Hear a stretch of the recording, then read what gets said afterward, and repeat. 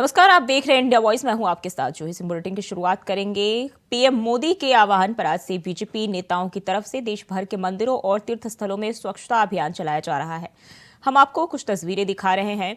पहली तस्वीर ओडिशा के अंगुल स्थित मां हिंगलाज मंदिर की है, जहां केंद्रीय मंत्री धर्मेंद्र प्रधान ने साफ सफाई की। दूसरी तस्वीर मुंबई के मरीन ड्राइव की है, जहां महाराष्ट्र के सीएम एकनाथ शिंदे ने साफ सफाई की। तीसरी तस्वीर की बात करें तो गुजरात के गांधीनगर स्थित डोलेश्वर महादेव मंदिर की है, जहां गुजरात के सीएम भूपेंद्र पटेल ने पहुंचकर पहले पूजा अर्चना की और इसके बाद साफ सफाई की। वहीं चौथी तस्वीर लखनऊ के बालकेश्वर हनुमान मंदिर की है, जहां यूपी के डिप्टी सीएम केशव प्रसाद मौर्य ने साफ सफाई की है। बालकेश्वर हनुमान मंदिर जो प्रदेश की राजधानी में बहुत स्थित है और बहुत प्रसिद्ध मंदिर है। श्री राम जन्मभूमि आंदोलन के जो मुख्य पैरोकार या मुख्य उसके वादकार परम पूज्य परमहंस रामचंद्र दास जी महाराज कई बार मुकदमे की पैरवी के लिए आते थे और इसी मंदिर में रुक करके वह पैरवी करते थे। देश के आदरणीय प्रधानमंत्री माननीय नरेंद्र मोदी जी 30 दिसंबर को अयोध्या धाम से आह्वान किया था, स्वच्छ मोहल्ला स्वच्छ ग्राम अयोध्या धाम जय श्री राम। इस उद्घोष के साथ उन्होंने पंचवटी, जहां भगवान श्री राम ने अपनी कुटिया बना करके एक तरह से अग्रिम छावनी जो उनके राज्य की सीमा की होती थी, वहां रह करके राक्षसों से राष्ट्र की रक्षा करते थे। आदरणीय प्रधानमंत्री जी ने 11 दिवसीय अनुष्ठान वहीं पंचवटी से प्रारंभ किया। अनुष्ठान माने व्रत उपवास शुरू किया है। यह एक कठोर व्रत भी है, लेकिन श्री रामलला की जन्मभूमि पर रामलला 22 जनवरी को विराजमान होने वाले हैं। प्राण प्रतिष्ठा के यजमान के रूप में उनका आगमन, माननीय प्रधानमंत्री जी का आगमन हो रहा है। 22 जनवरी ऐतिहासिक तिथि है। 500 साल बाद रामलला विराजमान होने जा रहे हैं, प्राण प्रतिष्ठा होने जा रहा है। यह भी एक बहुत गौरवशाली क्षण है और स्वच्छता को प्राथमिकता प्रदान करने के लिए माननीय प्रधानमंत्री जी ने जिस प्रकार से देश का आह्वान किया है, मैं भी एक राम भक्त के नाते, एक कार्यकर्ता के नाते, एक नागरिक के नाते आज स्वच्छता के इस कार्यक्रम का हिस्सा बना हूँ और मुझे अपने प्रधानमंत्री जी के इस प्रकार के प्रेरणादायी जो वह लगातार मार्गदर्शन देते हैं उस पर गर्व है। उन्होंने किस प्रकार से स्वच्छ भारत अभियान की शुरुआत स्वयं झाड़ू लगा करके, स्वयं कूड़ा उठा करके किया था, किस प्रकार से प्रयागराज के कुंभ में सफाई करने वाले कर्मचारियों को कुर्सी पर बैठा करके, स्वयं जमीन पर बैठ करके उनके चरण धो करके उनको सम्मान दे करके स्वच्छता के महत्व को सबको समझाया था। कैसे दिव्य और भव्य कुंभ जहाँ 24 करोड़ लोग आए वहाँ स्वच्छता थी। आज अयोध्या धाम में स्वच्छता है, आज राजधानी लखनऊ में स्वच्छता है, प्रयागराज में स्वच्छता है, काशी विश्वनाथ मंदिर और काशी में स्वच्छता है। तो यह स्वच्छता का कार्यक्रम निरंतर आगे बढ़े, इसी के क्रम में आज भी हम लोग यहाँ पर आए। 30 जनवरी को भगवान श्री रामचंद्र जी की भव्य मंदिर का प्राण प्रतिष्ठा होगा। भारतीय जनता पार्टी की ओर से आह्वान किया गया है। समग्र हिंदू समाज के लोग उस कार्यक्रम की तैयारी के लिए आज से, मकर संक्रांति शुरू हो रही है, आज से लेके 22 जनवरी तक भारत की सभी तीर्थ स्थानों को पहुंचे, वहां उनकी स्वच्छता अभियान चलाए, वहां अपना सेवा दे, उसमें आध्यात्मिकता की भाव परिप्रकाश होगी और भगवान रामचंद्र जी की समर्पण में 22 जनवरी को देश भर में दीपावली मनाया जाए। सब देवस्थान पे दीपदान हो, यज्ञ हो, हनुमान चालीसा हो, राम कथा हो, रामचरितमानस की पठन हो और सभी घरों में दीपदान हो, यही आह्वान किया गया है। और कांग्रेस की भारत जोड़ो न्याय यात्रा आज से शुरू हो रही है। यात्रा के लिए राहुल गांधी दिल्ली से मणिपुर के लिए रवाना हो गए हैं। थोड़ी देर बाद राहुल गांधी मणिपुर की राजधानी इम्फाल से यात्रा की शुरुआत करेंगे। यात्रा के लिए राहुल गांधी के साथ कई अन्य वरिष्ठ नेता भी मणिपुर के लिए रवाना हुए, जो इस यात्रा में शामिल होंगे और राहुल गांधी के साथ कदम से कदम मिलाकर कदम ताल करेंगे। हर नागरिक को मिले, इस उद्देश्य को लेकर राहुल जी ने यात्रा शुरू करी है और 6000 किलोमीटर की यात्रा एक मायने रखती है। मैं उम्मीद करता हूँ पूरे देश के अंदर यात्रा तो एक भाग में होगी, तो मैसेज पूरे मुल्क के हर प्रदेश में, हर जिले में, हर गांव में जाएगा, हर घर में जाएगा कि वास्तव में जो चुनौतियाँ हैं उसमें प्रत्येक व्यक्ति को न्याय मिलना जरूरी है। अन्याय, अत्याचार, उत्पीड़न किसी का नहीं हो। मैं समझता हूँ कि बहुत शानदार तरीके से यात्रा प्रारंभ हो रही है और राहुल जी की सोच जो है गरीबों के लिए, आम आदमी के लिए बेमिसाल है। राहुल जी को बधाई देना चाहता हूँ। भारत जोड़ो यात्रा में जो अंत तक उन्होंने परिश्रम किया, देश में अपनी एक विचारधारा की लड़ाई लड़ी, इस देश के अंदर किस प्रकार से सभी साथ चलें और देश को आगे लेके जाएं, और इतनी बड़ी यात्रा के बाद दोबारा से अब एक और मणिपुर से लेकर मुंबई तक की जो यात्रा का उद्घोष आज किया जाएगा, मैं समझता हूँ इस बात का प्रतीक है कि राहुल गांधी जी इस लड़ाई में पीछे नहीं हटने वाले, लड़ाई लड़ेंगे, संघर्ष करेंगे और हम सब उनके साथ हैं। कहना चाहेंगे कि ऐतिहासिक यात्रा होगी, जैसे पिछली यात्रा सफल रही। इसमें न्याय शब्द और जोड़ा गया है कि जो अन्याय हो रहा है लगातार देश की जनता के साथ, तो न्याय दिलाने के लिए राहुल जी आज मणिपुर से शुरू कर रहे हैं और 6500 किलोमीटर की यात्रा होगी पूर्व से लेकर पश्चिम तक, तो पूरे देश की जनता में जागृति पैदा कर देगी। It is a very important day for the Congress party and the country. Bharat Jodo Nyaya Yatra has been there, and myself, CM, we are going there on this inaugural program. I hope the country will be united and there will be a big change. And already whatever Rahul Gandhi has taken a yatra from Kanyakumari to Kashmir. Seeking justice for everybody, social justice, economical justice and political justice. In this country that is not happening nowadays.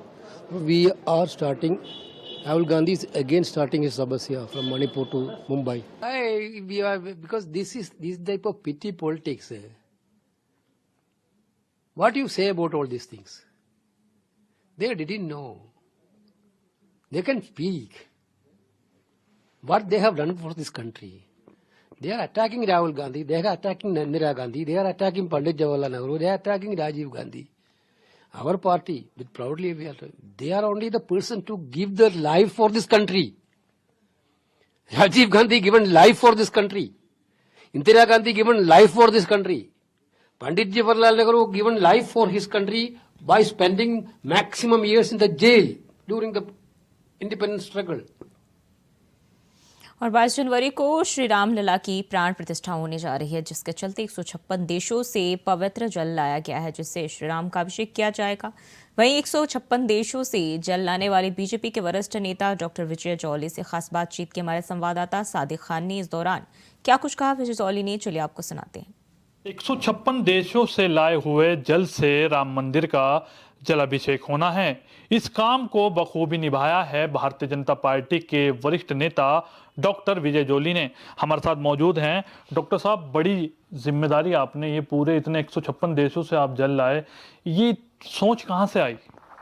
देखिए, इसकी प्रेरणा स्रोत तो भारत के यशस्वी प्रधानमंत्री आदरणीय नरेंद्र मोदी जी हैं, क्योंकि उन्होंने 5 अगस्त 2020 को अयोध्या राम मंदिर के उद्घाटन के समय पूजा पाठ किया था और स्वयं उपस्थित रहे। और इसके साथ साथ भारतीय जनता पार्टी के वयोवृद्ध नेता लाल कृष्ण आडवाणी जी, जिन्होंने राम रथ यात्रा का 1990 के दशक में आगाज़ किया और देश के जन जन को अयोध्या राम मंदिर के अंदर बड़ा भव्य मंदिर बने उसके लिए उद्वेलित किया, और स्वयं विश्व हिंदू परिषद के अंतर्राष्ट्रीय अध्यक्ष रहे स्वर्गीय अशोक सिंघल जी और उत्तर प्रदेश के मुख्यमंत्री योगी आदित्यनाथ जी हमारे प्रेरणा स्रोत रहे। इनसे प्रभावित होकर मैं क्या कर सकता हूँ, इस बड़े प्रकल्प में मैं अपना योगदान क्या कर सकता हूँ। और क्योंकि मैं अनेक वर्षों तक भारतीय जनता पार्टी के विश्व विभाग का प्रमुख रहा, दुनिया भर में मेरे संबंध हैं, मैं लोगों से बात करता हूँ, संवाद करता हूँ, उनके हर प्रकल्प में सहभागी होने की कोशिश करता हूँ। इन संबंधों के चलते 31 महीने के कार्यकाल में, और वो भी जब कोविड चल रहा था, जब लोग एक देश से दूसरे देश जा नहीं सकते थे, तो 155 देशों के भारतीय मूल के सभी धर्मों के लोगों ने, ना केवल हिंदुओं ने, अपितु कनाडा से सिख भाइयों ने, यहूदियों ने इजराइल से, तिब्बत से बुद्ध धर्म को मानने वालों ने, हिंदुओं ने अपने अपने देश में पूजा पाठ कर कर मुझे जल हेन प्रक्रेन भेजना, और उनके साथ साथ 156वां देश उज़्बेकिस्तान, जहाँ मुगल बादशाह बाबर का जन्म हुआ था, उस देश के अंदर, उस नगर के अंदर जहाँ उनका जन्म हुआ था, बहने वाली सबसे बड़ी कश्यप दरिया नदी का जल मेरा एक मुस्लिम भाई ताज मोहम्मद दिल्ली मेरे इस कार्यालय में लेकर आया था। हमने इन सब जलों को कॉपर के लोटों में पैक और सील कराकर 23 अप्रैल 2023 को एक भव्य कार्यक्रम कर अयोध्या राम मंदिर में इसको अर्पित किया था। सर, जिस तरह से शुरुआत, किस देश से शुरुआत हुई और किस देश पे एंड हुआ जल लाने का? देखिए, शुरुआत सबसे पहले स्कॉटलैंड से हुई, और स्कॉटलैंड से आशीष ब्रह्म भट्ट, जो भारतीय मूल के वहाँ के बहुत बड़े प्रवासी नेता हैं, वो स्वयं विस्तारा की जो पहली फ्लाइट स्कॉटलैंड लंदन और लंदन दिल्ली आई कोरोना पेंडेमिक के समय में, वो लेकर आए। और सबसे अंत में जो जल मुझे मिला वो उज़्बेकिस्तान का जल कश्यप दरिया का भरकर ताज मोहम्मद लेकर आए। इन 156 देशों में अमेरिका,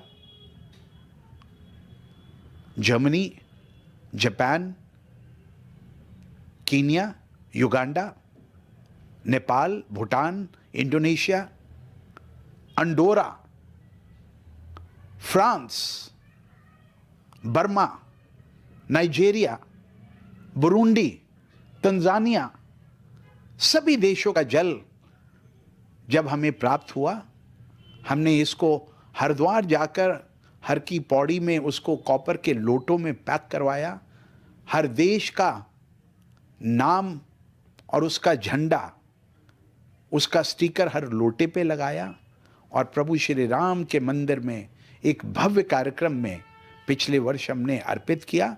और अभी एक बड़ा लोटा हमने विश्व हिंदू परिषद के संरक्षक प्रचारक आदरणीय दिनेश चंद्रा जी को सौंपा है, जिन्होंने मुझे इस बात का आश्वासन दिया है कि वो जल अयोध्या राम मंदिर के प्रांगण में, गर्भगृह में 22 जनवरी के कार्यक्रम में अर्पित किया जाएगा। सर, जिस तरह से 156 देश से जल आया है, अयोध्या राम मंदिर किस तरह से ये जल पहुंच रहा है? शुरुआत आपने बताया पहले ये हो चुकी है, किस तरह से आप जल इसको अयोध्या ले जा रहे हैं? देखिए, एक जल का ये जो बड़ा कलश का है, ये हमने ऑलरेडी विश्व हिंदू परिषद के संरक्षक दिनेश चंद्रा जी को सौंप दिया है, और उन्होंने ये आश्वासन दिया था कि 14 जनवरी को ये जल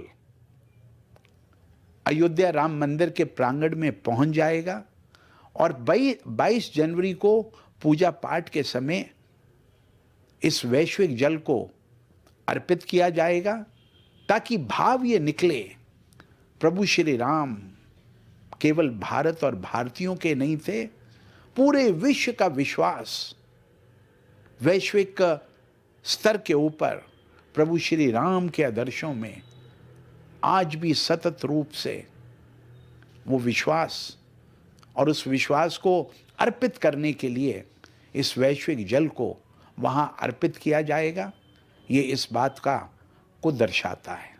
धन्यवाद सर। तो ये थे हमारे साथ डॉक्टर जोली, जिनके द्वारा लाया हुआ जल से 22 जनवरी को अयोध्या राम मंदिर में जलाभिषेक किया जाएगा। वीडियो जर्नलिस्ट आशुक के साथ सादिक खान, इंडिया वॉइस, दिल्ली। और 22 जनवरी को भगवान श्री राम की प्राण प्रतिष्ठा होने जा रही है, जिसको लेकर अयोध्या में भारी उत्साह देखने को मिल रहा है। वहीं इसको लेकर मुस्लिम समुदाय के लोगों में भी खुशी देखने को मिल रही है। राम मंदिर की प्राण प्रतिष्ठा को लेकर बाबरी मस्जिद के पक्षकार इकबाल अंसारी से खास बातचीत की। हमारे संवाददाता ने इस दौरान क्या कुछ कहा इकबाल अंसारी ने, ये भी आपको सुनाते हैं। आदेश हुआ था तो उस पर क्या कहेंगे? तो आपने लोगों से सौहार्द की अपील भी की थी, उस पर क्या कहेंगे? देखिए, ये अयोध्या का जो है मामला रहा, lower court, high court, supreme court का फैसला आया, पूरे देश के मुसलमानों ने उसका सम्मान किया। पूरे देश में एक पत्ता भी नहीं हिला, कहीं धरना नहीं हुआ, कहीं प्रदर्शन नहीं हुआ, कोई मुकदमा नहीं। आज मंदिर बन के तैयार है जो है, और मंदिर बन के जो है तैयार है, जो है प्रतिष्ठा की पूजा होने जा रही है। देश विदेश से लोग आ रहे हैं, जो है माननीय प्रधानमंत्री जी स्वयं आ रहे हैं, बहुत से लोग आ रहे हैं। सबको जितने भी लोग आ रहे हैं सबका स्वागत भी है। हमें चाहते हैं कि अयोध्या लोग आएँ और भगवान राम का दर्शन भी करें और उनके बताए हुए रास्ते पर चलें। इससे जब लोग भगवान के बताए हुए रास्ते पे लोग चलेंगे तो सबका जो है विकास भी होगा और एक तरीके से हिंदू मुसलमानों का सौहार्द भी होगा। जो आदमी नियम धर्म से चलता है तो सबको लेकर के चलता है। अयोध्या के अंदर जो लोग आएंगे उनकी मानसिकता जो है थोड़ा जो है बहुत बेहतर जो है होगी और उस भगवान के बताए हुए रास्ते पे चलने वाला आदमी सबका ख्याल रखेगा, सबका ध्यान रखेगा और देश भी हमारा तरक्की करेगा। अच्छा, योगी और मोदी की जो ट्रिपल इंजन की सरकार अयोध्या में है, पूरे अयोध्या को बिल्कुल दुल्हन की भांति सजाया गया। पहले की अयोध्या और अब की अयोध्या में क्या अंतर नजर आता है आपको? देखिए, अयोध्या की धरती जो है आज जो है सजी हुई है। एयरपोर्ट है, रेलवे स्टेशन है और सड़कें हैं, लोगों के मकान हैं, जो कुछ भी बने हुए हैं बहुत बेहतर बने हुए हैं। ये जो है माननीय प्रधानमंत्री जी की देन है कि आज अयोध्या जो है दुल्हन के तरीके सजी हुई है। अयोध्यावासी भी जितने भी हैं वो भी खुश हैं, आने वाले भी खुश होंगे और जो है भगवान का दर्शन भी करेंगे, उनको भी खुशी हासिल होगी। तो अच्छा, सबसे बड़ी बात कि जब 30 दिसंबर को देश के प्रधानमंत्री मोदी जी अपने उद्बोधन में कहा था कि जो 22 तारीख को प्राण प्रतिष्ठा का जो कार्यक्रम होगा उसमें जिसमें जिन लोगों को निमंत्रण दिया गया है कृपया करके सिर्फ वही आए, और इस पर उन्होंने ये भी कहा था कि लोग अपने घर पर ही दीप जलाएं। आप क्या कहेंगे? देखिए, अच्छी बात है, प्रधानमंत्री जी का आदेश है, जितना उन्होंने कहा है उतना लोगों को मानना चाहिए, क्योंकि हमारे देश का कानून है, स्वयं प्रधानमंत्री ने जो कहा है उसी तरीके से लोगों को करना चाहिए। ये हमारी तहजीब है, हम भी उसकी बात मानते हैं। अगर उन्हें एक आदमी के लिए कहा है तो एक आदमी पहुँचे। तो अगर देश के प्रधानमंत्री 22 तारीख को अयोध्या का आगमन होगा, प्राण प्रतिष्ठा का जो कार्यक्रम होगा उसमें सम्मिलित होंगे, आप किस तरह से आप उनका स्वागत करेंगे? देखिए, हम तो हमारे देश के प्रधानमंत्री हैं और स्वागत करना हमारा फर्ज है। अगर हमारे यहाँ जो है वो आ रहे हैं तो जो है वो उनके लिए स्वागत है, सबके लिए स्वागत, जितने मेहमान आ रहे हैं सबके लिए स्वागत है। हम तो मुसलमान हैं, लेकिन जो है हमारा जो मजहब है वो सभी का सम्मान करता है और आए हुए मेहमानों का स्वागत करता है। यही हमारा धर्म है, यही हमारा कर्म है। तो ये रहे इकबाल अंसारी जी, जो बाबरी विध्वंस के पूर्व पक्षकार भी रहे। इनका साफ तौर पर कहना है कि मोदी जी आए या योगी जी आए, सबका हृदय से स्वागत है। इंडिया और श्री रामलला की प्राण प्रतिष्ठा को लेकर पूरा जौनपुर राम भक्ति में डूबा हुआ है। जगह जगह कार्यक्रम का आयोजन किया जा रहा है। वहीं शाहगंज के छताई कला गांव में 151 महिलाओं की कलश यात्रा 15 जनवरी को निकलेगी और राम मंदिर में रामलला के प्राण प्रतिष्ठा कार्यक्रम को लेकर 7 दिवसीय श्रीमद् भगवत कथा कार्यक्रम का आयोजन किया गया है, जिसको लेकर सभी तैयारियां पूरी की जा चुकी है।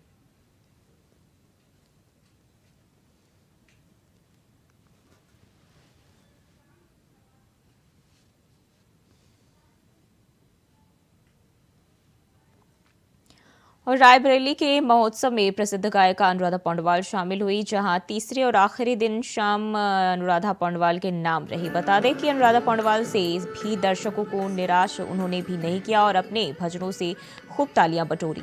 बता दें कि महोत्सव के मंच पर पहुंचते ही अनुराधा पौंडवाल ने भारी भीड़ देखकर उत्साहित होते हुए लोगों को याद दिलाया कि अयोध्या में भगवान राम की प्राण प्रतिष्ठा होनी है। तो वहीं अब भजनों के बाद 3 दिन से चल रहे रायबरेली महोत्सव का समापन हो गया है। बताया जा रहा है कि सीएम योगी के निर्देश पर राज्य मंत्री स्वतंत्र प्रभार दिनेश प्रताप सिंह के प्रयासों से रायबरेली में पहली बार महोत्सव की शुरुआत हुई थी।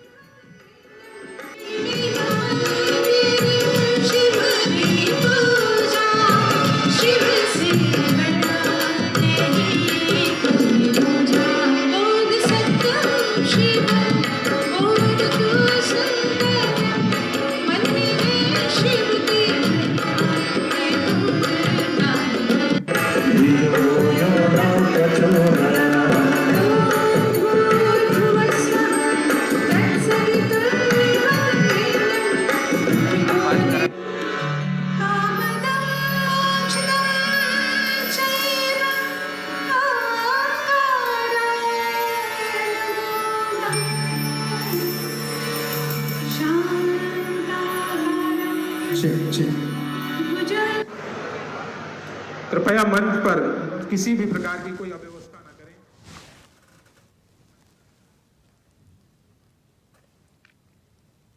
और अयोध्या में 22 जनवरी को होने वाले श्री रामलला के भव्य मंदिर में प्राण प्रतिष्ठा का आमंत्रण समाजवादी पार्टी के अध्यक्ष अखिलेश यादव को मिला है। आमंत्रण मिलने पर उन्होंने खुशी जाहिर की। इसके लिए उन्होंने ट्रस्ट के महासचिव चंपत राय का आभार भी जताया। उन्होंने प्राण प्रतिष्ठा कार्यक्रम के उपरांत सपरिवार श्री रामलला के दर्शन करने की बात कही है। बता दें कि सपा सुप्रीमो अखिलेश यादव को श्री रामलला के प्राण प्रतिष्ठा का निमंत्रण श्री राम जन्मभूमि तीर्थ क्षेत्र ट्रस्ट द्वारा दिया गया है। निमंत्रण मिलने पर उन्होंने राम जन्मभूमि तीर्थ क्षेत्र के महासचिव चंपत राय का आभार भी जताया। साथ ही अखिलेश ने ट्रस्ट के महासचिव को पत्र लिखकर कहा कि प्राण प्रतिष्ठा समारोह के सकुशल संपन्न होने की शुभकामनाएं भी दी और कहा कि हम समारोह के पश्चात सब परिवार दर्शनार्थी बनकर श्री रामलला के दर्शन करने अवश्य आएंगे।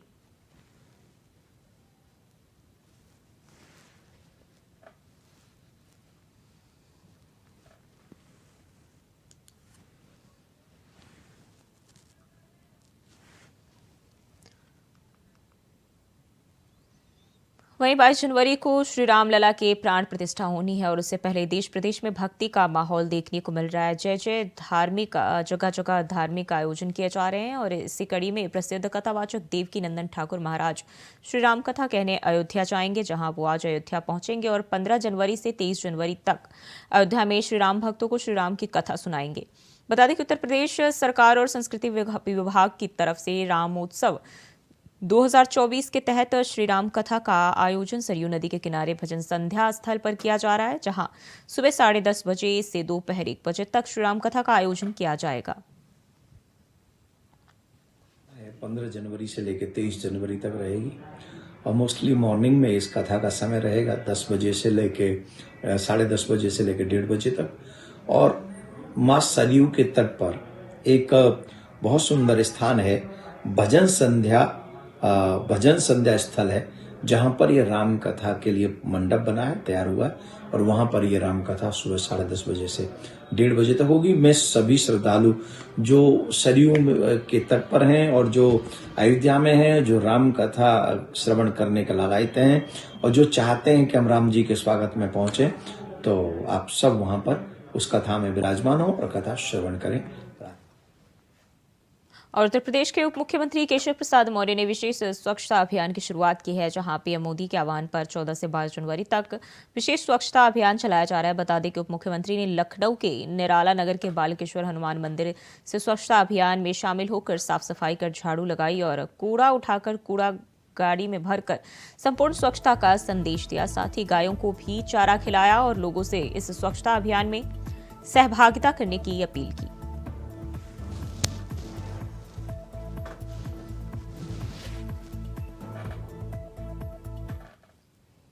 और फिलहाल के लिए इस बुलेटिन में बस इतना ही। खबरों के लिए बने रहिए इंडिया वॉइस के साथ।